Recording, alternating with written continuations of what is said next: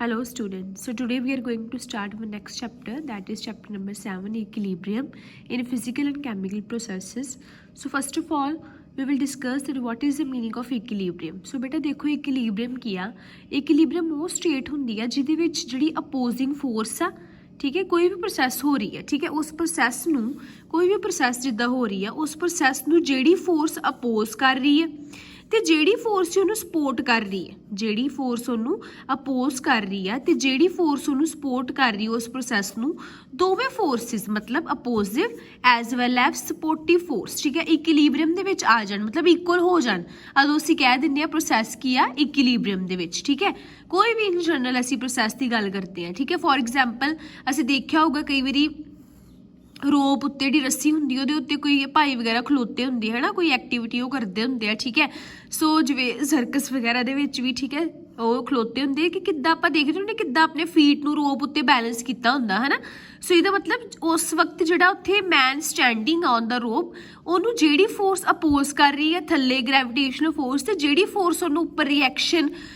ਉਹਦੀ ਬੋਡੀ ਦਾ ਵੇਟ ਜਿਹੜਾ ਸਪੋਰਟ ਕਰ ਰਿਹਾ, ਦੋਵੇਂ ਫੋਰਸਿਸ ਕੀ ਆ ਇਕੁਇਲੀਬ੍ਰੀਅਮ 'ਚ ਹੋ ਗਿਆ, ਇਕੁਅਲ ਹੋ ਗਿਆ, ਦੈਟ ਇਜ਼ ਵਾਈ ਉਹ ਚੰਗੀ ਤਰ੍ਹਾਂ ਖਲੋ ਪਾਉਂਦਾ ਹੈ ਨਾ। ਸੋ ਮਤਲਬ ਇਸ ਪ੍ਰੋਸੈਸ ਨੂੰ ਅਸੀਂ ਬੋਲਦੇ ਇਕੁਇਲੀਬ੍ਰੀਅਮ ਕਿ ਕੋਈ ਵੀ ਪ੍ਰੋਸੈਸ ਜਿਹਦੇ ਵਿੱਚ ਉਸ ਪ੍ਰੋਸੈਸ ਦੀ ਅਪੋਜ਼ਿੰਗ ਫੋਰਸ ਤੇ ਉਸ ਪ੍ਰੋਸੈਸ ਦੀ ਸਪੋਰਟਿੰਗ ਫੋਰਸ ਦੋਵੇਂ ਇਕੁਇਲੀਬ੍ਰੀਅਮ ਦੇ ਵਿੱਚ ਹੋਣ, ਮਤਲਬ ਇਕੁਅਲ ਹੋਣ, ਕਿ ਨਾ ਇੱਧਰ ਨੂੰ ਕੁਛ ਹੋਵੇ ਨਾ ਉੱਧਰ ਨੂੰ ਹੋਵੇ, ਇਕੁਅਲ ਹੋਣ, ਉਸ ਪ੍ਰੋਸੈਸ ਨੂੰ ਅਸੀਂ ਕੀ ਬੋਲਦੇ ਆ, ਇਕੁਇਲੀਬ੍ਰੀਅਮ, ਠੀਕ ਹੈ। ਲੇਕਿਨ ਨਾਓ ਅਸੀਂ ਇਹ ਵਰਡ ਕੈਮਿਸਟਰੀ ਵਿੱਚ ਯੂਜ਼ ਕਰ ਰਹੇ ਹਾਂ, ਸੋ ਤੁਹਾਨੂੰ ਦੇਖਣਾ ਪਊਗਾ ਕਿ ਇਕੁਇਲੀਬ੍ਰੀਅਮ ਦਾ ਜਿਹੜਾ ਮੀਨਿੰਗ ਆ ਉਹ ਕੈਮਿਸਟਰੀ ਵਿੱਚ ਕੀ ਹੈ। ਦੇਖੋ ਸਪੋਜ਼ ਕਰੋ ਕਿ ਸਾਡੇ ਕੋਲ ਕੋਈ ਰਿਐਕਸ਼ਨ ਹੋਇਆ, ਏ ਬੀ ਰਿਐਕਟੈਂਟ ਆ, ਠੀਕ ਹੈ, ਰਿਐਕਟ ਕੀਤੇ ਤੇ ਸੀ ਡੀ ਇਹਨਾਂ ਨੇ ਸਾਨੂੰ ਕੀ ਦਿੱਤੇ, ਪ੍ਰੋਡਕਟ ਦਿੱਤੇ, ਠੀਕ ਹੈ ਜੀ, ਕਲੀਅਰ ਹੈ। ਸੋ ਸੀ ਡੀ ਪ੍ਰੋਡਕਟ ਦਿੱਤੇ। ਹੁਣ ਇਸ ਕੇਸ ਦੇ ਵਿੱਚ ਦੇਖੋ ਏ ਤੇ ਬੀ ਰਿਐਕਟ ਕਰ ਰਹੇ ਆ,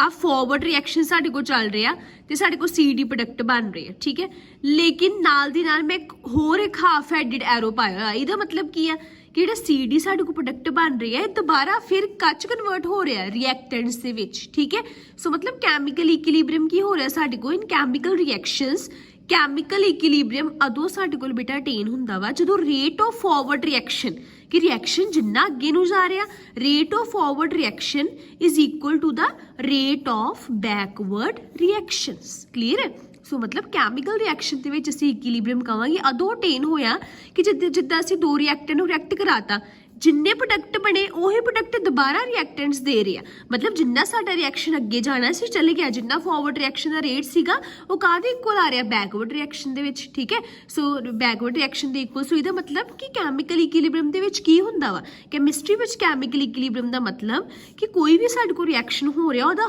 ਅੱਗੇ ਹੋਣ ਵਾਲਾ ਰੇਟ, ਉਹਦਾ ਪ੍ਰੋਡਕਟ ਫਾਰਮੇਸ਼ਨ ਦਾ ਰੇਟ ਕਾਹਦੇ ਇਕੁਅਲ ਹੋ ਜਾਂਦਾ, ਉਹਦੇ ਰਿਐਕਟੈਂਟ ਫਾਰਮੇਸ਼ਨ ਦੇ ਇਕੁਅਲ, ਠੀਕ ਹੈ। ਮਤਲਬ ਜਿੰਨੀ ਆ ਚੀਜ਼ ਬਣੀ ਉਹਨਾਂ ਦੁਬਾਰਾ ਆ ਚੀਜ਼ ਸਾਡੇ ਕੋਲ ਬਣ ਰਹੀ ਹੈ, ਠੀਕ ਹੈ। ਸੋ ਇਹਦਾ ਮਤਲਬ ਏ ਤੇ ਬੀ ਨਾ ਪੂਰੀ ਤਰ੍ਹਾਂ ਪ੍ਰੋਡਕਟ 'ਚ ਕਨਵਰਟ ਹੋ ਰਹੇ ਆ ਤੇ ਨਾ ਹੀ ਦੋਵੇਂ ਪ੍ਰੋਡਕਟ ਪੂਰੀ ਤਰ੍ਹਾਂ ਰਿਐਕਟੈਂਟ 'ਚ ਕਨਵਰਟ ਹੋ ਰਹੇ ਆ, ਠੀਕ ਹੈ। ਸੋ ਇਹਦਾ ਮਤਲਬ ਇਹਦੇ ਵਿੱਚ ਜਿਹੜੀ ਸਾਡੇ ਕੋਲ ਰਿਐਕਟੈਂਟ ਦੀ ਕੰਸਨਟ੍ਰੇਸ਼ਨ ਵਾ ਉਹ ਨਾ ਹੀ ਵੱਧ ਰਹੀ ਹੈ ਨਾ ਹੀ ਘਟ ਰਹੀ ਹੈ, ਕੌਨਸਟੈਂਟ ਰਹਿ ਰਹੀ ਹੈ, ਹੈ ਨਾ। ਸੋ ਇਹਦੇ ਵਿੱਚ ਰਿਐਕਟੈਂਟ ਦੀ ਕੰਸਨਟ੍ਰੇਸ਼ਨ ਸਾਡੇ ਕੋਲ ਜਿਹੜੀ ਹੈ ਉਹ ਕੌਨਸਟੈਂਟ ਰਹਿ ਰਹੀ ਹੈ, ਠੀਕ ਹੈ, ਕਲੀਅਰ ਹੈ ਜੀ। ਸੋ ਕੈਮੀਕਲ ਇਕੁਇਲੀਬ੍ਰੀਅਮ ਅਸੀਂ ਕਵਾਂਗੇ ਕਿ ਕੈਮੀਕਲ ਇਕੁਇਲੀਬ੍ਰੀਅਮ ਸਾਡੇ ਕੋਲ ਉਦੋਂ ਅਟੇਨ ਹੁੰਦਾ when rate of forward reaction is equal to the rate of backward reaction and the concentration of product and reactant remain the same, ਠੀਕ ਹੈ। ਕਿ ਨਾ ਅਸੀਂ ਕਹਿ ਸਕਦੇ ਕਿਉਂਕਿ ਸਾਨੂੰ ਪਤਾ ਇਨ ਜਨਰਲ ਸਾਡੇ ਕੋਲ ਕੋਈ ਵੀ ਰਿਐਕਸ਼ਨ ਹੁੰਦਾ ਤੇ ਅਸੀਂ ਕੀ ਕਹਿੰਦੇ ਆ, ਜਿੱਦਾਂ ਅਸੀਂ ਪੂਰਾ ਇੱਥੇ ਮੈਂ ਐਰੋ ਬਣਾਦਾ, ਠੀਕ ਹੈ, ਤੇ ਇਹਦਾ ਮਤਲਬ ਕੀ ਹੋਏਗਾ, ਇਹਦਾ ਮਤਲਬ ਇਹ ਕਿ ਏ ਬੀ ਰਿਐਕਟ ਕੀਤੇ ਪ੍ਰੋਡਕਟ ਦੇਤਾ ਸੀ ਡੀ, ਹੁਣ ਦੁਬਾਰਾ ਸੀ ਡੀ ਏ ਬੀ ਵਿੱਚ ਕਨਵਰਟ ਨਹੀਂ ਹੋਣੇ, ਮਤਲਬ ਏ ਬੀ ਦੀ ਜਿਹੜੀ ਕੰਸਨਟ੍ਰੇਸ਼ਨ ਹੈ ਉਹ ਖਤਮ ਹੋਈ ਜਾਂਦੀ ਹੈ ਲੇਕਿਨ ਜਿਹੜੇ ਪ੍ਰੋਡਕਟ ਬਣ ਰਹੇ ਉਹਦੀ ਕੰਸਨਟ੍ਰੇਸ਼ਨ ਇਨਕਰੀਜ਼ ਹੋਈ ਜਾ ਰਹੀ ਹੈ ਨਾ, ਜੇ ਅਸੀਂ ਗ੍ਰਾਫ ਡਰਾ ਕਰੀਏ, ਠੀਕ ਹੈ। ਸੋ ਮਤਲਬ ਇਹਨਾਂ ਦੀ ਕੰਸਨਟ੍ਰੇਸ਼ਨ ਵੱਧ ਰਹੀ ਹੈ ਟਾਈਮ ਦੇ ਨਾਲ, ਇਹਨਾਂ ਦੀ ਕੰਸਨਟ੍ਰੇਸ਼ਨ ਘਟ ਰਹੀ ਹੈ ਏ ਬੀ ਦੀ, ਠੀਕ ਹੈ ਜੀ। ਸੋ ਇਹ ਹੋ ਗਿਆ ਸਾਡੇ ਕੋਲ ਜਿਹੜਾ ਰਿਐਕਸ਼ਨ ਜਿਹੜਾ ਅਸੀਂ ਆਮ ਤੌਰ ਤੇ ਦੇਖਦੇ ਹਾਂ। ਲੇਕਿਨ ਜਦੋਂ ਇਕੁਇਲੀਬ੍ਰੀਅਮ ਦੀ ਗੱਲ ਆਣੀ ਆ ਅਸੀਂ ਆਲਵੇਜ਼ ਆਹ ਵਾਲਾ ਸਾਈਨ ਜਿਹੜਾ ਪੁੱਟ ਕਰਾਂਗੇ in case of equilibrium reaction, half headed arrow, ਅੱਗੇ ਵਾਲਾ ਐਰੋ ਰਿਪਰੈਜ਼ੈਂਟ ਕਰੇਗਾ ਫਾਰਵਰਡ ਰਿਐਕਸ਼ਨ ਐਂਡ ਦੂਜੇ ਵਾਲਾ ਬੈਕਵਰਡ ਰਿਐਕਸ਼ਨ, ਕਲੀਅਰ ਹੈ ਜੀ। So this is the concept of equilibrium. Now we will study the equilibrium in physical and chemical processes, ਜਿਹੜੇ physical processes ਅਤੇ chemical processes ਦੇ ਵਿੱਚ, ਠੀਕ ਹੈ ਜੀ, ਕਲੀਅਰ। ਸੋ ਇੱਕ ਵਾਰੀ ਫੇਰ ਦੇਖ ਲੈਂਦੇ ਹਾਂ what is equilibrium. So equilibrium represent the state of a process in which properties like temperature pressure concentration ਜਿਹੜੀ ਉਹ ਚੇਂਜ ਨਹੀਂ ਹੁੰਦੀ, ਜਾਂ ਅਸੀਂ ਕਹਿ ਸਕਦੇ ਹਾਂ ਇਫ ਦ ਅਪੋਜ਼ਿੰਗ ਪ੍ਰੋਸੈਸ ਇਨਵੋਲਵ। ਹੁਣ ਅਸੀਂ ਗੱਲ ਕੀਤੀ ਕਿ ਜਦੋਂ ਸਾਡੇ ਕੋਲ ਅਪੋਜ਼ਿੰਗ ਤੇ ਸਪੋਰਟਿਵ ਫੋਰਸਿਸ ਇਕੁਅਲ ਹੋ ਜਾਂਦੀਆਂ ਤੇ ਉਦੋਂ ਸਾਡੇ ਕੋਲ ਇਕੁਇਲਿਬਰੀਅਮ ਅਟੇਨ ਹੋ ਜਾਂਦਾ ਕਿਸੇ ਵੀ ਪ੍ਰੋਸੈਸ ਦਾ, ਠੀਕ ਹੈ। ਹੁਣ ਕਹਿੰਦੇ ਕਿ ਜੇ ਅਪੋਜ਼ਿੰਗ ਪ੍ਰੋਸੈਸ ਦੀ ਗੱਲ ਅਸੀਂ ਫਿਜ਼ੀਕਲ ਚੇਂਜਸ 'ਚ ਕਰ ਰਹੇ ਹਾਂ, ਫਿਜ਼ੀਕਲ ਚੇਂਜਸ ਜਿੱਦਾਂ ਸੋਲਿਡ ਦਾ ਲਿਕੁਇਡ 'ਚ ਕਨਵਰਟ ਹੋਣਾ, ਲਿਕੁਇਡ ਦਾ ਗੈਸ 'ਚ ਕਨਵਰਟ ਹੋਣਾ ਅਪ ਟੂ ਸੋ ਔਨ, ਠੀਕ ਹੈ, ਫਿਰ ਅਸੀਂ ਨਾਮ ਦੇਵਾਂਗੇ ਫਿਜ਼ੀਕਲ ਇਕੁਇਲਿਬਰੀਅਮ। ਲੇਕਿਨ ਜੇ ਅਪੋਜ਼ਿੰਗ ਫੋਰਸਿਸ ਕੈਮੀਕਲ ਚੇਂਜਸ 'ਚ ਅਸੀਂ ਪੜਾਂਗੇ ਫਿਰ ਉਹਨੂੰ ਅਸੀਂ ਕੀ ਬੋਲਾਂਗੇ, ਕੈਮੀਕਲ ਇਕੁਇਲਿਬਰੀਅਮ। ਸੋ ਕਹਿੰਦੇ ਕਿ ਕੈਮੀਕਲ ਇਕੁਇਲਿਬਰੀਅਮ ਨੂੰ ਅਸੀਂ ਜਨਰਲੀ ਇਸ ਫਾਰਮੂਲੇ ਨਾਲ ਰਿਪਰੈਜ਼ੈਂਟ ਕਰ ਸਕਦੇ ਹਾਂ, A ਤੇ B ਰਿਐਕਟ ਕੀਤੇ, ਠੀਕ ਹੈ, ਉਹਨਾਂ ਨੇ XY ਪ੍ਰੋਡਕਟ ਦੇ ਰਹੇ ਆ, ਠੀਕ ਹੈ ਜੀ, ਕਲੀਅਰ ਆ। ਤੇ ਜਿਹੜੇ ਆ ਸਮਾਲ a b XY ਲੱਗਿਆ, ਦੀਜ਼ ਰਿਪਰੈਜ਼ੈਂਟ ਦ ਸਟੀਕਿਓਮੈਟ੍ਰਿਕ ਕੋਫੀਸ਼ੀਐਂਟ, ਠੀਕ ਹੈ, ਕਿ ਕਿੰਨੀ ਅਸੀਂ ਜਿੱਦਾਂ ਮੋਲਸ ਲਏ ਆ ਜਾਂ ਕਿੰਨੇ 'ਚ ਵੀ ਅਸੀਂ ਲੈ ਲੈਂਦੇ ਹੁੰਦੇ ਆ 2C + O2 ਐਕਸੈਟਰਾ, ਹੈ ਨਾ। ਸੋ ਇਹਦਾ ਮਤਲਬ ਮੋਲਸ ਰਿਪਰੈਜ਼ੈਂਟ ਕਰ ਰਹੇ, ਕਲੀਅਰ ਹੈ ਜੀ। ਨਾਓ we will study the equilibrium in the physical process. Yes class, now we will study the equilibrium in physical processes, ठीक है। सो ਹੁਣ ਅਸੀਂ ਫਿਜ਼ੀਕਲ ਪ੍ਰੋਸੈਸ ਦੀ ਗੱਲ ਕਰਾਂਗੇ, ਜਿੱਦਾਂ ਫੋਰ ਐਗਜ਼ਾਮਪਲ ਪਹਿਲਾਂ ਅਸੀਂ ਗੱਲ ਕਰਾਂਗੇ ਕਿ ਜਦੋਂ ਸੋਲਿਡ ਆ, ਠੀਕ ਹੈ, ਲਿਕੁਇਡ ਦੇ ਵਿੱਚ ਕਨਵਰਟ ਹੋ ਜਾਂਦਾ, ਠੀਕ ਹੈ। ਸੋ ਉਹਦੇ ਵਿੱਚ ਜਿਹੜਾ ਇਕੁਇਲਿਬਰੀਅਮ ਐਗਜ਼ਿਸਟ ਕਰੂਗਾ, this is called as solid liquid equilibrium, ਠੀਕ ਹੈ। ਸੋ ਇਹ ਸਾਰੇ ਫਿਜ਼ੀਕਲ ਪ੍ਰੋਸੈਸਿਸ ਦੀ ਅਸੀਂ ਗੱਲ ਕਰਾਂਗੇ, ਠੀਕ ਹੈ। ਫੋਰ ਐਗਜ਼ਾਮਪਲ ਜਿਵੇਂ ਸੋਲਿਡ ਆਈਸ ਆ, ਠੀਕ ਹੈ, ਵਾਟਰ 'ਚ ਕਨਵਰਟ ਹੋ ਰਹੀ ਹੈ ਤੇ ਜਿਹੜਾ ਇਕੁਇਲਿਬਰੀਅਮ ਐਸਟੈਬਲਿਸ਼ ਹੋਊਗਾ, this is called as the solid to liquid equilibrium, clear ਹੈ ਜੀ। ਹੁਣ ਸਪੋਜ਼ ਕਰੋ ਕਿ ਅਸੀਂ ਲਾਈਕ ਕੋਈ ਵੀ, ਹੁਣ ਇਹਦੇ ਵਿੱਚ ਅਸੀਂ ਗੱਲ ਕਰ ਸਕਦੇ ਹਾਂ ਮੈਲਟਿੰਗ ਆਫ ਆਈਸ ਦੀ, ਹੈ ਨਾ, ਕਿ ਅਸੀਂ ਇੱਕ ਵੈਸਲ ਲਿਆ, ਠੀਕ ਹੈ, ਕਲੋਜ਼ਡ ਆਈਸੋਲੇਟਿਡ ਵੈਸਲ ਅਸੀਂ ਕੰਸੀਡਰ ਕਰ ਲਿਆ, ਠੀਕ ਹੈ। ਇੱਥੇ ਅਸੀਂ ਦੇਖ ਲਓ, ਠੀਕ ਹੈ। ਸੋ ਜਿੱਦਾਂ ਥਰਮਸ ਫਲਾਸਕ ਅਸੀਂ ਕੰਸੀਡਰ ਕੀਤੀ, ਉਹਦੇ ਵਿੱਚ ਅਸੀਂ ਵਾਟਰ ਰੱਖਤਾ, ਨਾਲ ਹੀ ਅਸੀਂ ਆਈਸ ਰੱਖਤੀ, ਠੀਕ ਹੈ। ਸੋ ਕਹਿੰਦੇ ਕਿ ਥੋੜੀ ਦੇਰ ਬਾਅਦ ਕੀ ਆ ਕਿ ਇੱਕ ਇੱਦਾਂ ਦੀ ਸਟੇਜ ਆਣੀ ਹੈ ਕਿ ਇੱਕ ਇਕੁਇਲਿਬਰੀਅਮ ਅਟੇਨ ਹੋ ਜਾਣਾ, ਮਤਲਬ ਜਿੰਨੀ ਸਾਡੇ ਕੋਲ ਆਈਸ ਵਾਟਰ 'ਚ ਕਨਵਰਟ ਹੋਏਗੀ ਉਨੀ ਪ੍ਰੋਬੇਬਿਲਿਟੀ ਹੈ ਕਿ ਵਾਟਰ ਦੇ ਮੋਲੀਕਿਊਲ ਆਈਸ ਦੇ ਨਾਲ ਜਾ ਕੇ ਲੱਗ ਜਾਣ, ਠੀਕ ਹੈ ਜੀ। ਸੋ ਇਹਦਾ ਮਤਲਬ ਕਿ rate of melting of ice is equal to rate of freezing of water, ਠੀਕ ਹੈ, ਕਿਉਂਕਿ ਜਿਹੜੇ ਆਈਸ ਦਾ ਇਫੈਕਟ ਵੀ ਤੇ ਵਾਟਰ ਤੇ ਪਏਗਾ, ਕਲੀਅਰ ਹੈ। ਸੋ ਇਹਦੀ ਵੀ ਪ੍ਰੋਬੇਬਿਲਿਟੀ ਹੈ ਫਰੀਜ਼ ਹੋ ਸਕਦਾ। So this type of equilibrium is called as the solid liquid equilibrium, ठीक है। so H2O solid means ice to liquid, clear है जी। so ਇਹ ਤੇ ਕਾਮਨ ਜਿਹੇ ਐਗਜ਼ਾਮਪਲਸ ਆ। ਇਸ ਤਰ੍ਹਾਂ ਸਾਡੇ ਕੋਲ ਹੋਏਗਾ liquid vapor equilibrium, ਠੀਕ ਹੈ। ਸੈਕਿੰਡ ਟਾਈਪ ਕੀ ਆ ਗਿਆ, ਲਿਕੁਇਡ ਵੇਪਰ ਇਕੁਇਲਿਬਰੀਅਮ। ਜਿੱਦਾਂ ਹੁਣ ਸਾਡੇ ਕੋਲ ਵਾਟਰ ਤੋਂ ਕੀ ਬਣ ਰਿਹਾ, ਵੇਪਰਸ ਬਣ ਰਹੇ, ਠੀਕ ਹੈ ਜੀ, ਗੈਸ ਬਣ ਰਹੀ। ਹੁਣ ਇਹਦੀ ਐਗਜ਼ਾਮਪਲ ਕੀ ਲਵਾਂਗੇ ਕਿ ਅਸੀਂ ਓਪਨ ਵੈਸਲ ਲਿਆ, ਠੀਕ ਹੈ, ਉਹਦੇ ਵਿੱਚ ਅਸੀਂ ਵਾਟਰ ਜਿਹੜਾ ਵਾ, ਜਦੋਂ ਓਪਨ ਵੈਸਲ ਦੇ ਵਿੱਚ ਵਾਟਰ ਪਿਆ ਹੋਊਗਾ ਤੇ ਵਾਟਰ ਅਸੀਂ ਕਹਿੰਦੇ ਕਿ ਵੈਪੋਰੇਟ ਹੋ ਜਾਂਦਾ, ਹੈ ਨਾ। ਸੋ ਜਿੰਨਾ ਵਾਟਰ ਦੇ ਮੋਲੀਕੂਲ ਬਲਕ ਤੋਂ ਉੱਪਰ ਜਾਣਗੇ, ਵੈਪੋਰੇਟ ਹੋਣਗੇ, ਉਨੀ ਪ੍ਰੋਬੇਬਿਲਿਟੀ ਹੈ ਕਿ ਜਿਹੜੇ ਸਰਾਊਂਡਿੰਗ ਦੇ ਵੇਪਰਸ ਹੈਗੇ ਉਹ ਦੁਬਾਰਾ ਉਹਦੇ ਬਲਕ ਵਿੱਚ ਜਾ ਕੇ ਕੰਡੈਂਸ ਕਰ ਜਾਣ। ਸੋ ਇਸ ਕੇਸ ਦੇ ਵਿੱਚ ਸਾਡੇ ਕੋਲ ਕੀ ਹੋਏਗਾ, ਰੇਟ ਆਫ ਵੈਪੋਰੇਸ਼ਨ ਰੇਟ ਆਫ ਕੰਡੈਂਸੇਸ਼ਨ ਦੇ ਇਕੁਅਲ ਹੋਏਗਾ। ਇਸ ਤਰ੍ਹਾਂ ਦਾ ਇਕੁਇਲਿਬਰੀਅਮ ਸਾਡੇ ਕੋਲ ਅਟੇਨ ਹੋਏਗਾ, ਕਲੀਅਰ ਹੈ ਜੀ। ਇਹਦੇ ਵਿੱਚ ਕੁਐਸਚਨ ਉਹਨਾਂ ਨੇ ਐਗਜ਼ਾਮਪਲ ਲਈਆਂ ਕਿ ਇੱਕ ਅਸੀਂ ਉਹਨਾਂ ਨੇ ਕੰਸੀਡਰ ਕੀਤਾ ਕਲੋਜ਼ਡ ਵੈਸਲ ਮੈਨੋਮੀਟਰ ਨਾਲ ਕਨੈਕਟਡ ਆ, ਵੇਪਰ ਪ੍ਰੈਸ਼ਰ ਵਗੈਰਾ ਮੈਚਰ ਕਰਨ ਲਈ ਪਹਿਲਾਂ ਖਾਲੀ ਸੀਗਾ ਤੇ ਦੇਖਿਆ ਗਿਆ ਕਿ ਮਰਕਰੀ ਦਾ ਲੈਵਲ ਜਿਹੜਾ ਉਹ ਇਕੁਅਲ ਸੀਗਾ, ਠੀਕ ਹੈ, ਕਲੀਅਰ। ਲੇਕਿਨ ਬਾਅਦ 'ਚ ਕੀ ਕੀਤਾ, ਜਦੋਂ ਉਹਨਾਂ ਨੇ ਵਾਟਰ ਲਿਕੁਇਡ ਐਡ ਕਰਤਾ, ਕੋਈ ਵੀ ਜੋ ਵਾਟਰ ਹੀ ਐਡ ਕਰਤਾ, ਫਿਰ ਥੋੜੀ ਦੇਰ ਬਾਅਦ ਜਿਹੜਾ ਪ੍ਰੈਸ਼ਰ ਵਾ ਉਹਦੀ ਵੈਲਿਊ ਚੇਂਜ ਹੋ ਗਈ, ਜਿਹੜੀ ਰਾਈਟ ਲਿੰਬ ਸੀ ਮਰਕਰੀ ਦੀ ਉਹ ਹਾਈਟ ਉਹਦੀ ਵੱਧ ਗਈ, ਇਹਦੀ ਘਟ ਗਈ, ਠੀਕ ਹੈ। ਸੋ ਕਹਿੰਦੇ ਕਿ ਇਸ ਕੇਸ ਦੇ ਵਿੱਚ ਵੀ ਜਿੰਨੇ ਵਾਟਰ ਮੋਲੀਕਿਊਲ ਜਿਹੜੇ ਉਹ ਵੇਪਰਾਈਜ਼ ਹੋਣਗੇ ਉੱਪਰ ਨੂੰ, ਓਨੇ ਹੀ ਵੇਪਰ ਦੁਬਾਰਾ ਵਾਟਰ ਦੇ ਵਿੱਚ ਐਡ ਹੋ ਕੇ ਕੰਡੈਂਸ ਹੋਣਗੇ। So this type of equilibrium is called as the liquid vapor equilibrium. So similar is the solid vapor equilibrium, ठीक है। सॉलिड वेपर इक्विलिब्रियम जिद्दां ਅਸੀਂ ਪੜ੍ਹਦੇ ਸੀਗੇ ਸਬਲੀਮੇਸ਼ਨ ਦੀ ਪ੍ਰੋਸੈਸ ਹੈ ਨਾ, ਕਿ ਅਸੀਂ ਤੇ ਕਪੂਰ ਦੀਆਂ ਗੋਲੀਆਂ ਹੁੰਦੀਆਂ ਵਾ, ਠੀਕ ਹੈ, ਫਰਨੈਲ ਦੀਆਂ ਗੋਲੀਆਂ, ਉਹ ਸਿੱਧਾ ਸੋਲਿਡ ਤੋਂ ਗੈਸ਼ੀਅਸ ਸਟੇਟ 'ਚ ਕਨਵਰਟ ਹੋ ਜਾਂਦੀਆਂ। ਇਸ ਤਰ੍ਹਾਂ ਹੀ ਕਹਿੰਦੇ ਜਿਹੜਾ ਸੋਲਿਡ ਆਇਓਡੀਨ ਆ, ਠੀਕ ਹੈ, ਜਦੋਂ ਅਸੀਂ ਰੱਖੀਏ, ਠੀਕ ਹੈ, ਤੇ ਉਹਦੇ ਵੇਪਰ ਬਣ ਜਾਂਦੇ ਆ, ਠੀਕ ਹੈ, ਤੇ ਉਹ ਵੀ ਕੀ ਆ, ਵੇਪਰਸ 'ਚ ਕਨਵਰਟ ਹੋ ਜਾਂਦਾ। So this is the also example of solid liquid equilibrium, ਠੀਕ ਹੈ। ਨੈਕਸਟ ਹੈਗਾ ਸੋਲਿਡ ਸੋਲਿਊਸ਼ਨ ਇਕੁਇਲਿਬਰੀਅਮ। ਜਿੱਦਾਂ ਅਸੀਂ ਹੁਣ ਸ਼ੂਗਰ ਨੂੰ ਪਾਣੀ 'ਚ ਮਿਕਸ ਕਰਦੇ ਹਾਂ, ਠੀਕ ਹੈ, ਤੇ ਇੱਕ ਚੀਜ਼ ਇੱਦਾਂ ਦੀ ਆਉਂਦੀ ਕਿ ਹੋਰ ਸ਼ੂਗਰ ਡਿਜ਼ੋਲਵ ਨਹੀਂ ਹੋ ਸਕਦੀ, ਠੀਕ ਹੈ। ਸੋ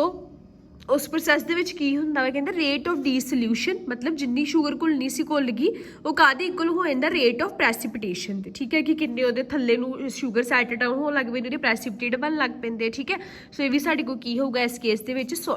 ਡੀਸੋਲਿਊਸ਼ਨ ਮਤਲਬ ਸ਼ੂਗਰ ਤੇ ਜਿਹੜਾ ਸੋਲਿਊਸ਼ਨ ਸਾਡੇ ਕੋਲ ਬਣ ਰਿਹਾ, ਠੀਕ ਹੈ। ਸੋ ਇਹਦੇ ਵਿੱਚ ਵੀ ਸਾਡੇ ਕੋਲ ਜਿਹੜਾ ਸੋਲਿਡ ਇਨ ਸੋਲਿਊਸ਼ਨ ਇਕੁਇਲਿਬਰੀਅਮ ਆਊਗਾ ਕਿ ਸੋਲਿਊਸ਼ਨ ਦੇ ਵਿੱਚ ਕੋਈ ਸੋਲਿਡ ਅਸੀਂ ਮਿਕਸ ਕਰ ਰਹੇ ਹਾਂ, ਉਸ ਸਟੇਜ ਜਿਹੜਾ ਇਕੁਇਲਿਬਰੀਅਮ ਸਾਡੇ ਕੋਲ ਅਟੇਨ ਹੋਊਗਾ, it is called as solid solution equilibrium, clear. इस तरह गैस सोल्यूशन इक्विलिब्रियम ਦੇ ਵਿੱਚ ਜਿੱਦਾਂ ਕਾਰਬਨ ਡਾਈਆਕਸਾਈਡ ਗੈਸ ਸਾਨੂੰ ਪਤਾ ਸੌਫਟ ਡਰਿੰਕ ਦੇ ਵਿੱਚ ਹੁੰਦੀ ਆ ਹੈ ਨਾ ਸੋ ਸੌਫਟ ਡਰਿੰਕ ਲਿਕੁਇਡ ਆ ਉਹਦੇ ਵਿੱਚ ਸਾਡੇ ਕੋਲ ਗੈਸ ਹੁੰਦੀ ਸੋ ਉਹਦੇ ਵਿੱਚ ਜਿਹੜਾ ਕਾਰਬਨ ਡਾਈਆਕਸਾਈਡ ਦਾ ਇਕੁਇਲਿਬਰੀਅਮ ਐਗਜ਼ਿਸਟ ਕਰੂਗਾ ਉਹ ਕੀ ਹੋਊਗਾ ਸਾਡੇ ਕੋਲ gas solution equilibrium clear okay so now we can sum up the things so solid liquid equilibrium exists only at particular temperature ਹੁਣ ਕਹਿੰਦੇ ਸਾਨੂੰ ਪਤਾ ਵਾ ਕਿ ਕੋਈ ਵੀ solid liquid ਚ ਕਨਵਰਟ ਹੋਊਗਾ ਤੇ ਉਸ ਪ੍ਰੋਸੈਸ ਨੂੰ ਉਸਦਾ ਮੈਲਟਿੰਗ ਪੁਆਇੰਟ ਬੋਲਦੇ ਆ ਨਾ ਸੋ ਮਤਲਬ ਕੋਈ ਵੀ solid liquid ਚ ਕਨਵਰਟ ਹੁੰਦਾ ਇੱਕ ਪਾਰਟਿਕੂਲਰ ਟੈਂਪਰੇਚਰ ਤੇ ਅਸੀਂ ਬੋਲਦੇ ਆ ਮੈਲਟਿੰਗ ਪੁਆਇੰਟ ਠੀਕ ਹੈ ਸੋ ਮਤਲਬ ਕਿ ਜਦੋਂ solid liquid equilibrium ਦੀ ਗੱਲ ਆਏਗੀ ਉਦੋਂ ਟੈਂਪਰੇਚਰ ਕਾਂਸਟੈਂਟ ਰਹੂਗਾ ਠੀਕ ਹੈ ਤੇ ਟੈਂਪਰੇਚਰ ਅਸੀਂ ਚੇਂਜ ਨਹੀਂ ਕਰ ਸਕਦੇ ਸੋ ਲਿਕੁਇਡ ਗੈਸ ਇਕੁਇਲਿਬਰੀਅਮ ਦੇ ਵਿੱਚ ਕੀ ਹੋਏਗਾ ਕੋਈ ਲਿਕੁਇਡ ਗੈਸ ਚ ਕਨਵਰਟ ਹੋ ਰਿਹਾ ਉਹਦੇ ਵਿੱਚ ਕਹਿੰਦੇ ਜਿਹੜਾ ਪ੍ਰੈਸ਼ਰ ਆ ਲਿਕੁਇਡ ਦਾ ਠੀਕ ਹੈ ਵੇਪਰ ਪ੍ਰੈਸ਼ਰ ਉਹ ਕਾਂਸਟੈਂਟ ਰਹਿੰਦਾ ਠੀਕ ਹੈ ਸੋਲਿਡ ਸੋਲੂਸ਼ਨ ਇਕੁਇਲਿਬਰੀਅਮ ਦੇ ਵਿੱਚ ਸੋਲਿਬਿਲਿਟੀ ਕਾਂਸਟੈਂਟ ਰਹੂਗੀ ਤੇ ਗੈਸ ਸੋਲੂਸ਼ਨ ਦੇ ਵਿੱਚ mass of a gas dissolved is constant for constant equilibrium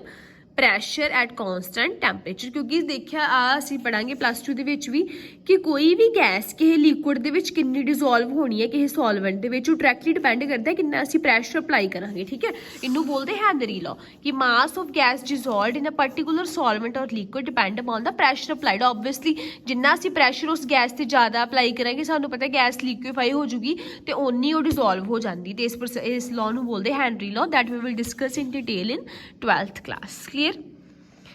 so next is the general characteristics of equilibrium physical processes ਦੇ ਵਿੱਚ ਜਿਹੜਾ equilibrium ਆਉਂਦਾ ਉਹਦੀਆਂ ਕੁਝ ਜਨਰਲ ਸਾਡੇ ਕੋਲ characteristic ਆ ਪਹਿਲਾ ਕੀ ਆ ਕਿ ਇਹਨਾਂ ਸੇ ਇਹ ਦੇਖਿਆ ਕਿ equilibrium ਤੇ ਕੁਝ property system ਦੀਆਂ constant ਰਹਿ ਜਾਂਦੀਆਂ ਠੀਕ ਹੈ ਜਦੋਂ equilibrium gases ਵਿੱਚ ਹੋਏਗਾ ਤੇ ਉਹ ਹਮੇਸ਼ਾ closed vessel ਦੇ ਵਿੱਚ ਹੀ ਅਸੀਂ attain ਕਰ ਸਕਦੇ ਆ equilibrium dynamic ਆ ਇਹ ਨਹੀਂ ਕਿ ਜਦੋਂ reaction ਚ equilibrium ਜਿਹੜਾ ਵਾ ਉਹ attain ਹੋ ਗਿਆ ਤੇ reaction ਸਾਡੇ ਕੋਲ ਖਤਮ ਹੋ ਗਿਆ reaction ਫਿਰ ਵੀ ਸਾਡੇ ਕੋਲ ਚੱਲਦਾ ਹੀ ਰਹਿੰਦਾ ਵਾ ਠੀਕ ਹੈ equilibrium ਦੇ ਵਿੱਚ ਜਿਹੜੀ concentration ਹੋ ਗਈ ਹੋ ਜਾਂਦੀ ਹੈ constant ਜਿਵੇਂ ਮੈਂ ਤੁਹਾਨੂੰ ਪਹਿਲਾਂ ਦੱਸਿਆ ਸੀਗਾ ਕਲੀਅਰ ਹੈ ਜੀ okay yes class so next topic ਇਸ equilibrium in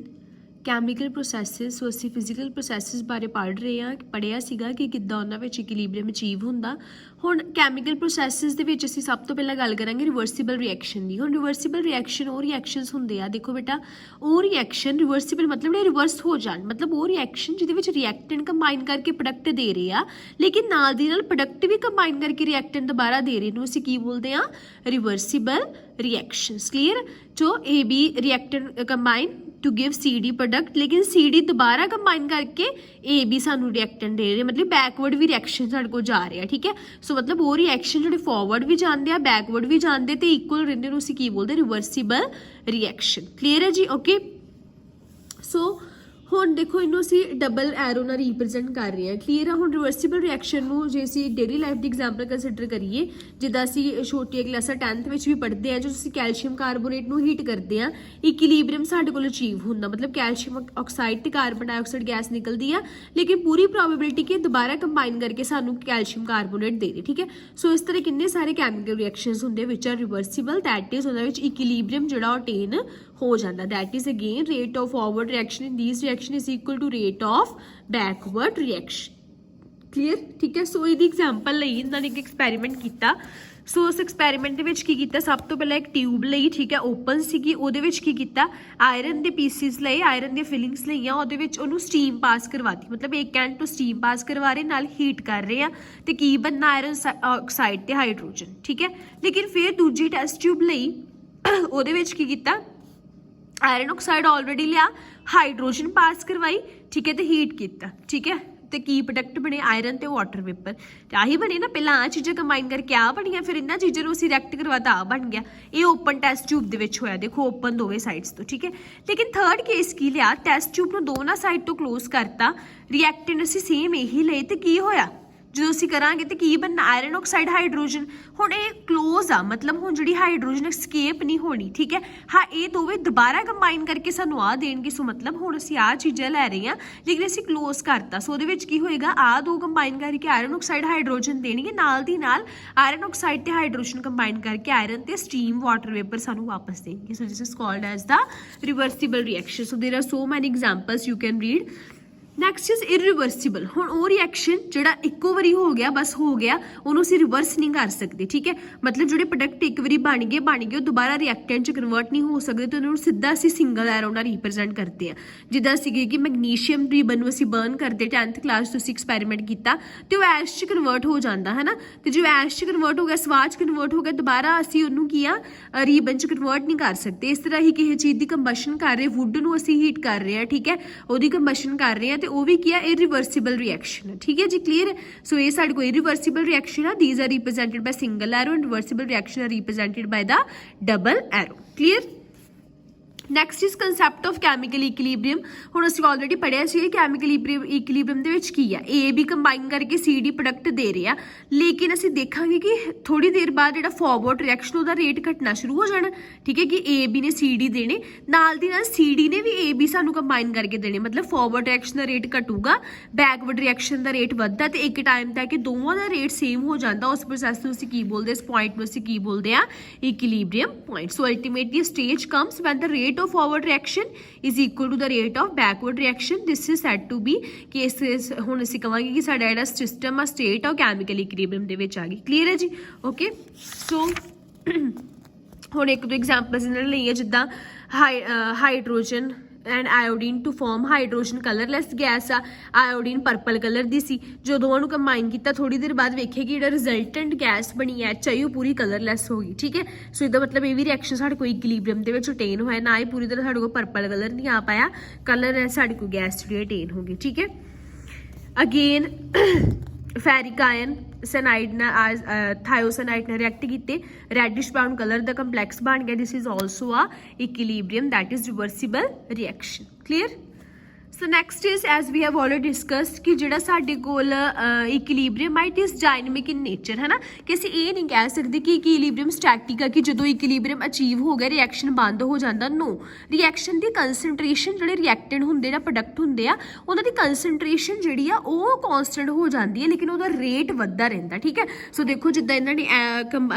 ਰਿਐਕਸ਼ਨ ਕਰਵਾਇਆ ਨਾਈਟ੍ਰੋਜਨ ਦਾ ਤੇ ਹਾਈਡਰੋਜਨ ਦਾ, ਸਾਨੂੰ ਪਤਾ ਜਦੋਂ N2 ਤੇ H2 ਕੰਬਾਈਨ ਕਰਦੇ ਆ ਤੇ ਕੀ ਬਣਦਾ, ਅਮੋਨੀਆ, ਤੇ ਇਹ ਪ੍ਰੋਸੈਸ ਰਿਵਰਸੀਬਲ ਆ, ਠੀਕ ਹੈ। ਮਤਲਬ ਆਹ ਦੋਵੇਂ ਕੰਬਾਈਨ ਕਰਕੇ ਅਮੋਨੀਆ ਬਣਾਉਣਗੇ, ਅਮੋਨੀਆ ਦੁਬਾਰਾ ਡੀਕੰਪੋਜ਼ ਕਰਕੇ ਆਹ ਦੋ ਚੀਜ਼ਾਂ ਦੇ ਸਕਦਾ, ਠੀਕ ਹੈ। ਸੋ ਹੁਣ ਇਸ ਕੇਸ ਨੂੰ ਜਦੋਂ ਉਹਨਾਂ ਨੇ ਪਲਾਟ ਕੀਤਾ ਕੰਸਨਟ੍ਰੇਸ਼ਨ ਦੇ ਟਾਈਮ ਦੇ ਨਾਲ, ਦੇਖਿਆ ਕਿ ਇੱਕ ਪੁਆਇੰਟ ਤੱਕ ਇਹ ਕੰਸਨਟ੍ਰੇਸ਼ਨ ਕਾਂਸਟੈਂਟ ਹੋ ਗਈ ਨਾ, ਰਿਐਕਟੈਂਟਸ ਦੀ ਵੀ ਹੋ ਗਈ, ਪ੍ਰੋਡਕਟ ਦੀ ਵੀ ਹੋ ਗਈ, ਲੇਕਿਨ ਟਾਈਮ ਦੇ ਨਾਲ ਨਾਲ ਰਿਐਕਸ਼ਨ ਜਿਹੜਾ ਉਹ ਹੋਈ ਜਾ ਰਿਹਾ ਸੀ, ਠੀਕ ਹੈ। ਸੋ ਇਹਦਾ ਮਤਲਬ ਕਿ ਜਦੋਂ ਵੀ ਸਾਡੇ ਕੋਲ ਆਪਾਂ ਇਨ ਜਨਰਲ ਕਹਿ ਸਕਦੇ ਕੋਈ ਵੀ ਸਾਡੇ ਕੋਲ ਇਕੁਇਲਿਬਰੀਅਮ ਦੇ ਵਿੱਚ ਪ੍ਰੋਸੈਸ ਹੋ ਰਹੀ ਆ ਉਹ ਡਾਇਨਾਮਿਕ ਆ, ਮਤਲਬ ਇਹ ਨਹੀਂ ਕਹਿ ਸਕਦੇ ਕਿ ਰਿਐਕਸ਼ਨ ਬੰਦ ਹੋ ਗਿਆ, ਰਿਐਕਸ਼ਨ ਬੰਦ ਨਹੀਂ ਹੋਇਆ, ਅਸਲ ਦੇ ਵਿੱਚ ਰਿਐਕਸ਼ਨ ਕੀ ਆ ਉਹ ਚੱਲਦਾ ਪਿਆ ਵਾ, ਠੀਕ ਹੈ। ਟਾਈਮ ਚੱਲਦਾ ਪਿਆ, ਰਿਐਕਸ਼ਨ ਦਾ ਰੇਟ ਚੱਲਦਾ ਪਿਆ, ਲੇਕਿਨ ਉਹਦੀ ਕਾਂਸਟੈਂਟ ਜਿਹੜੀ ਕੀ ਰਹਿ ਰਹੀ ਹੈ ਸਿਰਫ ਤੇ ਸਿਰਫ ਕੰਸਨਟ੍ਰੇਸ਼ਨ, ਕਲੀਅਰ ਹੈ ਜੀ, okay okay. So next is we have characteristics of chemical equilibrium. So there are so many examples ਜਿੱਦਾਂ ਇਹਨਾਂ ਨੇ ਸਮਝਾਇਆ ਕਿ ਦੋ ਵੱਖ-ਵੱਖ ਕੰਪਾਰਟਮੈਂਟ ਦੇ ਵਿੱਚ ਦੋ ਅਲੱਗ ਤਰ੍ਹਾਂ ਦੇ ਉਹਨਾਂ ਨੇ ਚਿਕਨ ਰੱਖੇ ਸੀ, ਠੀਕ ਹੈ, and brown and one or white and brown. ਥੋੜੀ ਦੇਰ ਬਾਅਦ ਜਦੋਂ ਉਹਨੇ ਓਪਨ ਕੀਤਾ ਦੋ ਰੈਂਡਮਲੀ ਇੱਧਰ ਉੱਧਰ ਸਾਰੇ ਮੂਵ ਕਰਦੇ ਰਹੇ, ਇੱਕ ਸਟੇਜ ਇੱਧਰ ਹੀ ਆਊਗੀ ਕਿ ਜਿੰਨੇ ਇੱਧਰੋਂ ਇੱਧਰ ਗਏ ਉਹਨੇ ਇੱਧਰੋਂ ਇੱਧਰ ਜਾਣਗੇ, ਮਤਲਬ ਇਕੁਇਲਿਬਰੀਅਮ ਅਚੀਵ ਹੋ ਜਾਏਗਾ, ਠੀਕ ਹੈ। ਸੋ ਇਕੁਇਲਿਬਰੀਅਮ ਤੇ ਕਹਿੰਦਾ ਅਚੀਵ ਹੋ ਗਿਆ, ਲੇਕਿਨ ਇਹਨਾਂ ਦੀ ਮੂਵਮੈਂਟ ਨਹੀਂ ਸਟਾਪ ਹੋਈ, ਫਿਰ ਵੀ ਮੂਵ ਕਰਦੇ ਰਹੇ, ਠੀਕ ਹੈ। ਸੋ ਇਹਨੂੰ ਅਸੀਂ ਬੋਲਦੇ ਆ ਇਕੁਇਲਿਬਰੀਅਮ। ਸੋ ਹੋਰ ਵੀ ਬੇਟਾ ਇੱਕ ਦੋ ਐਗਜ਼ਾਮਪਲਸ ਦੇ ਕੇ ਉਹਨਾਂ ਨੇ ਸਮਝਾਇਆ, ਤੁਸੀਂ ਇਹ ਖੁਦ ਰੀਡ ਕਰਿਓ, ਠੀਕ ਹੈ ਜੀ, ਕਲੀਅਰ। ਨੈਕਸਟ ਆ ਗਿਆ ਕਰੈਕਟਰਿਸਟਿਕਸ ਆਫ ਕੈਮੀਕਲ ਇਕੁਇਲਿਬਰੀਅਮ। ਹੁਣ ਕਿਹੜੇ ਕਿਹੜੇ ਕਰੈਕਟਰਿਸਟਿਕ ਆ, ਸਭ ਤੋਂ ਪਹਿਲਾਂ ਤਾਂ ਇਹ ਅਸੀਂ ਪੜ੍ਹਿਆ ਕਿ ਇਕੁਇਲਿਬਰੀਅਮ ਤੇ ਜਿਹੜੀ ਕੰਸਨਟ੍ਰੇਸ਼ਨ ਹੋਣੀ ਹੈ ਰਿਐਕਟੈਂਟ ਤੇ ਪ੍ਰੋਡਕਟ ਦੀ ਉਹ ਕਾਂਸਟੈਂਟ ਹੋ ਜਾਣੀ ਹੈ, ਠੀਕ ਹੈ। ਅਸੀਂ ਆਲਰੇਡੀ ਪੜ੍ਹ ਚੁੱਕੇ ਕਿ ਐਟ ਇਕੁਇਲਿਬਰੀਅਮ ਜਿਹੜੀ ਕੰਸਨਟ੍ਰੇਸ਼ਨ ਹੋਊਗੀ ਰਹਿਣੀ ਆ ਕਾਂਸਟੈਂਟ, ਠੀਕ ਹੈ। ਤੇ ਵੀ ਅਸੀਂ ਪੜ੍ਹਿਆ ਕਿਹੜੇ ਰਿਐਕਟੈਂਟਸ ਹੋਣਗੇ ਉਹਨਾਂ ਦੀ ਕੰਸਨਟ੍ਰੇਸ਼ਨ ਥੱਲੇ ਨੂੰ ਘਟਣੀ ਸ਼ੁਰੂ ਹੋ ਜਾਣੀ ਹੈ, ਠੀਕ ਹੈ, ਤੇ ਪ੍ਰੋਡਕਟ ਦੀ ਕੰਸਨਟ੍ਰੇਸ਼ਨ ਵਧਣੀ ਸ਼ੁਰੂ ਹੋ ਜਾਣੀ ਹੈ। ਇੱਕ ਪੁਆਇੰਟ ਹੈ ਕਿ ਦੋਵਾਂ ਦੀ ਕੰਸਨਟ੍ਰੇਸ਼ਨ ਕੀ ਹੋ ਜਾਣੀ ਆ, constant. Next is equilibrium the rate of forward reaction is equal to rate of backward. This also we have discussed. Next is chemical equilibrium can be established only if none of the product is allowed to escape. ਕਹਿੰਦੇ chemical equilibrium ਸਿਰਫ ਉਦੋਂ ਹੀ ਹੋ ਸਕਦਾ ਵਾ ਜੇ ਉਹਨਾਂ ਵਿੱਚੋਂ ਕੋਈ ਵੀ ਪ੍ਰੋਡਕਟ escape ਨਾ ਕਰੇ, ਹੈ ਨਾ। ਹੁਣ ਜੇ ਅਸੀਂ ਕਹਿ ਰਹੇ ਹਾਂ ਕਿ ਜਿੱਦਾਂ ਇੱਥੇ ਕਾਰਬਨ ਡਾਈਆਕਸਾਈਡ ਗੈਸ ਬਣੀ ਕਿ ਜੇ ਇਹ escape ਹੋਈ ਜਾਵੇ, ਲੇਕਿਨ ਜੇ escape ਹੋ ਗਈ equilibrium ਤੇ ਰਹਿਣਾ ਹੀ ਨਹੀਂ, ਠੀਕ ਹੈ। ਸੋ equilibrium ਉਦੋਂ ਹੀ attain ਹੋਊਗਾ ਜੋ ਸਾਰੇ ਦੇ ਸਾਰੇ ਪ੍ਰੋਡਕਟ ਆਪਣੀ ਜਗ੍ਹਾ ਤੇ ਰਹਿਣ, ਰਿਐਕਟੈਂਟਸ ਆਪਣੀ ਜਗ੍ਹਾ ਤੇ ਰਹਿਣ, ਕਲੀਅਰ ਹੈ ਜੀ, okay. So similarly if the reaction irreversibly one of the products separate out, ਤੇ ਜੇ irreversible reaction ਹੋਣਗੇ ਸਾਨੂੰ ਪਤਾ ਮੋਸਟਲੀ ਉਹਨਾਂ ਵਿੱਚ ਇੱਕ ਪ੍ਰੋਡਕਟ ਸਾਡੇ ਕੋਲ ਸੈਪਰੇਟ ਆਊਟ ਜਿਹੜਾ ਹੋ ਜਾਂਦਾ ਵਾ, ਠੀਕ ਹੈ। क्योंकि कैमिकल इक्विलिब्रियम का मतलब सिर्फ तो सिर्फ जोड़ा वा वो साढ़े को रिवर्सीबल रिएक्शन ली इरिवर्सीबल के इक्विलिब्रियम आना ही नहीं असी हुणे जो पढ़ चुके एक बारी रिएक्शन हो गया इरिवर्सीबल के next is chemical equilibrium can be attain from the either direction दोवां साइड तो हो सकता that is from the reactant as well as from the product ठीक है कि दोवां साइड तो साढ़े कोल जोड़ा वा वो हो सकता है chemical equilibrium achieve clear yes class so the next most important जो करैक्टरिस्टिक है साढ़े को इक्विलिब्रियम का वो ये है कि the catalyst does not alter the state of equilibrium असीं पढ़िया सी ना कि कैटलिस्ट की होंदे जिहड़े कैमिकल रिएक्शन के रेट नूं फास्ट अप करने दे विच हैल्प करते हैं ठीक है रिएक्शन के रेट नूं वधा दिंदे आ सो कहते कि जे असीं गल करिए कि असीं इक्विलिब्रियम दे विच कोई रिएक्शन कर रहे हैं लेकिन कैटलिस्ट एड अप करन दे नाल भी उस रिएक्शन के रेट नूं कोई फर्क नहीं पेगा और इक्विलिब्रियम की स्टेट ते कोई फर्क नहीं पेगा ठीक है क्यों क्योंकि जो कैटलिस्ट आ it increases the speed of forward reaction as well as that of backward reaction to the same extent catalyst का काम की होंदा रिएक्शन रेट नूं वधाना जिन्ना वो अगे रिएक्शन रेट नूं वधाऊगा उन्ना ही वो पिछे रिएक्शन रेट नूं भी वधाऊगा ठीक है so okay so the only effect is कि उहदे नाल जिहड़ा इक्विलिब्रियम आ जल्दी आ सकदा कैटलिस्ट पाउण दे नाल लेकिन catalyst does not effect the rate of equilibrium or the state of equilibrium clear so these are the characteristics of the equilibrium तो here examples are given few examples given है बेटा equilibrium दियां ठीक है सो इनू तुसीं पढ़ लियो very easy है कि पहला दो ਵੱਖ-ਵੱਖ ट्यूब्स दे विच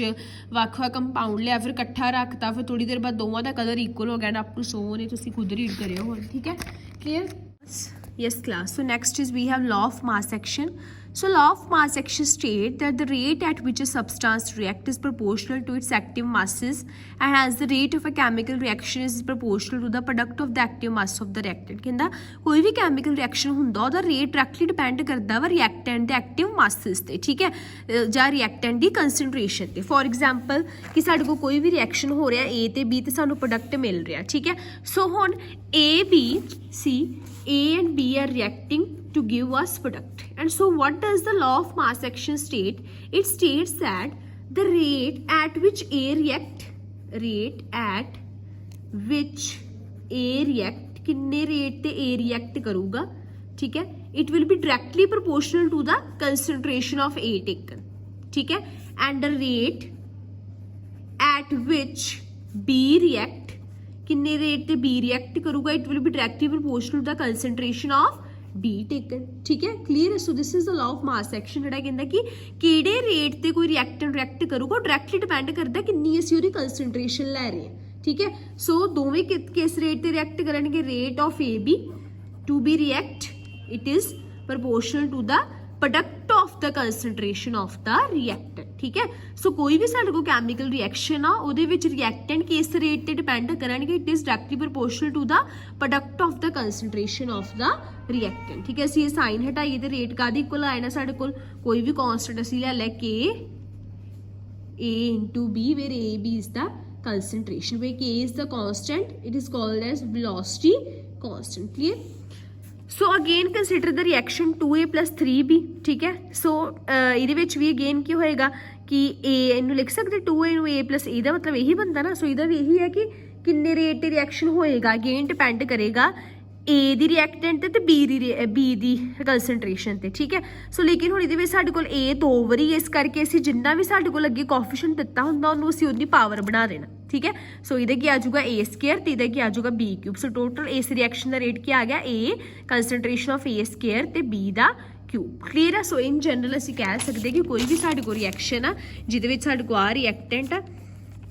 कैपिटल लैटर्स रिएक्टेंट आ ते साडे कोल जिहड़े कोएफिशिएंट अगे लगे हुंदे आ ठीक है सो इहदा रेट की आएगा इस रिएक्शन का rate will be equal to K constant A दी कंसंट्रेशन A दा जिन्ना भी कोएफिशिएंट आ मल्टीप्लाई बाय B दी कंसंट्रेशन B दा जिन्ना भी कोएफिशिएंट C दी कंसंट्रेशन C दा ठीक है जी सो ये साडे कोल रेट बन जाना clear so this is the law of mass action which is also be explained in the way that the rate of reaction is proportional to the product of the active masses of the reactant each raised to the product of the active masses of the reactant each raised to the power equal to its stoichiometric coefficient कि जो ਉਹਦੀ chemical equation ਦੇ ਵਿੱਚ ਉਹਨਾਂ ਅੱਗੇ ਜਿਹੜੀ coefficient ਪਏ ਵਾ ਉਹਦੀ ਪਾਵਰ ਉਨੀ ਅਸੀਂ ਰੇਸ ਕਰਕੇ ਉਹਦਾ ਪ੍ਰੋਡਕਟ ਕਰਕੇ ਇਹ ਬਣਾ ਦਿੰਦੇ ਇਹਨੂੰ ਅਸੀਂ ਬੋਲਦੇ law of mass action clear next we will do the law of chemical equilibrium in the next session